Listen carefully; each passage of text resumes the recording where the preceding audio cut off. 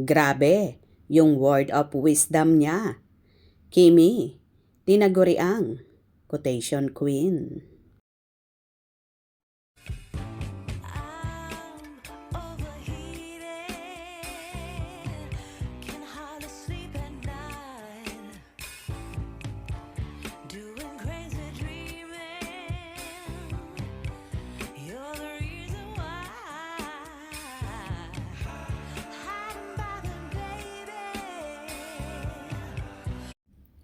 Bumanat si Kim Chiu nang mahinga ng kanyang saloobin tungkol sa usaping goodbye sa It's Showtime.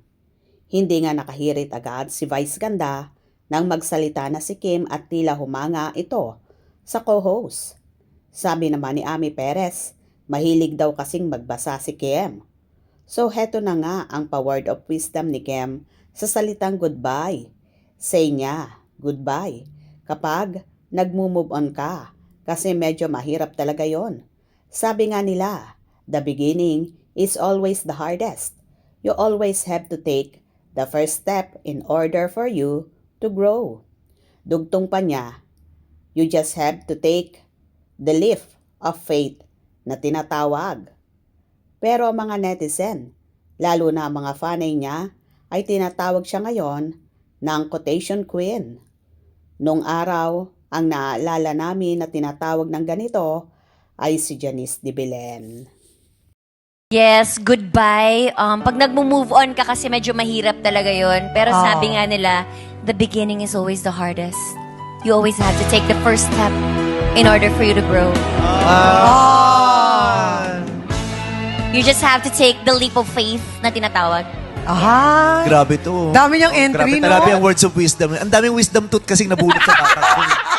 So, dami. May mga naging kuda naman ang netizens sa naging pa-word of wisdom na yon ni Chinita Princess.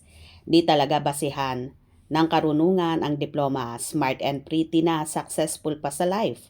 Proud fan here. Very well said. Galing di ba our Queen Chiu? Matalino talaga si Kim Chiu kahit di siya nakapagtapos. So proud of you, Kim Chiu.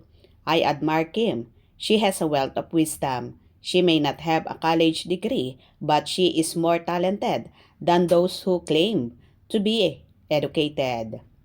Kim, you're absolutely witty. Your quick thinking is impressive. On the spot, may sinishare siya. Bilis ng isip.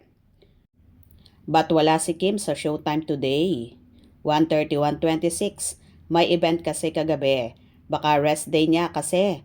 Tom, may asap naman siya. Baka nag-practice ng mga prod niya. Kasi andun din sa Showtime fam at sa Alibay din. Kaya baka daming prod niya. May asap kasi sila bukas. Liban sa guests, ang Alibay family siguro may prod siya.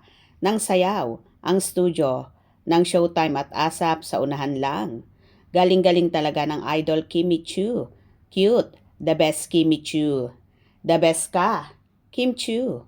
So talented and beautiful Kim Chiu. I love how you always speak from the heart and share your wisdom with us. Your words are truly quotable. Mahilig kasing magbasa si Kim kaya daig niya yung mga may diploma matalino. Talaga siya, go, go, go lang Kim. Hello Kimi, love you. Love your Showtime guys. Vice Ganda, Chang, Ami, Darren, and Kim Chiu, the best kayong amazing person. Vice to be great, your guys are the best. Galing talaga ni Kimi. Love your Showtime guys. O basher, hindi pa nakatapos yan si Kim, pero yung words of wisdom niya, daig pang nakatapos. Have an amazing, fabulous weekend, Kimi girl. You need to rest just a little bit more than you usually do after the crazy busy week. You'd have enjoy and take her. Ikaw na talaga, Idol Kimi. I am so proud of you. Articulate, smarter, and wiser. Queen Chiu. Yung tingin ni Kimi kay Darren, love you Kimi, take it easy, God bless. Idol, ang galing-galing. O diba? Tinagorean na nga ngayon si Chinita Princess na quotation queen. Kayo, agree ba kayo doon? Hope you enjoyed. Please subscribe for more info.